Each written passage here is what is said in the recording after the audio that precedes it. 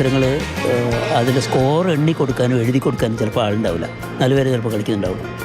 അപ്പോൾ അതറിയാവുന്ന ഒരു ആൾ എന്നുള്ള നിലയിൽ സ്കോർ എഴുതി കൊടുക്കാനും പറഞ്ഞു കൊടുക്കാനും വേണ്ടി നിന്ന ഒരാളാണ് ഞാൻ. അങ്ങനെ മാനന്തവാടി ഡയാന ക്ലബ്ബിൽ സ്കോർ എഴുതാനിരുന്ന ചെറുപ്പക്കാരനാണ് രാജ്യാന്തര മത്സരങ്ങൾ നിയന്ത്രിക്കുന്ന അമ്പയറും റഫറിയുമായി മാറിയത്. ബാഡ്മിന്റൺ റാക്കറ്റ് താഴെ വെച്ച അമ്പയറിംഗിലേക്ക് തിരിഞ്ഞതിന് പിന്നിൽ ഒരു സങ്കടകരമായ കാരണം കൂടിയുണ്ട്.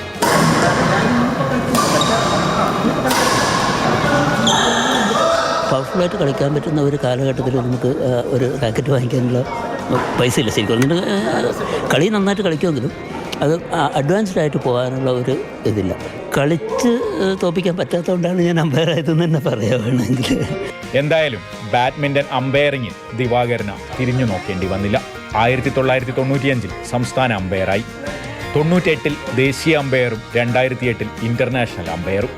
2009 ജക്കാർത്തയിൽ സൈന നെഹ്വാൾ ആദ്യമായി കിരീടം നേടിയ സൂപ്പർ സീരീസ് ടൂർണമെന്റിൽ ഇന്ത്യയിൽ നിന്നുള്ള ഏക അമ്പയർ ദിവാകരനായിരുന്നു. 2010 ഡൽഹി കോമൺവെൽത്ത് ഗെയിംസിലെ ബാഡ്മിന്റൺ മത്സരങ്ങൾ നിയന്ത്രിക്കാൻ പറ്റിയതാണ് ജീവിതത്തിലെ സൗഭാഗ്യം.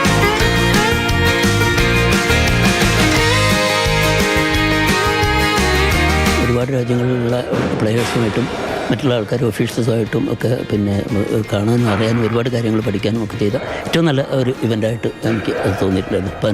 15 ദിവസം ഡൽഹിയിൽ വളരെ നല്ല ഒരു ബാഡ്മിൻ്റൺ അനുഭവം തന്നെയായിരുന്നു അത്.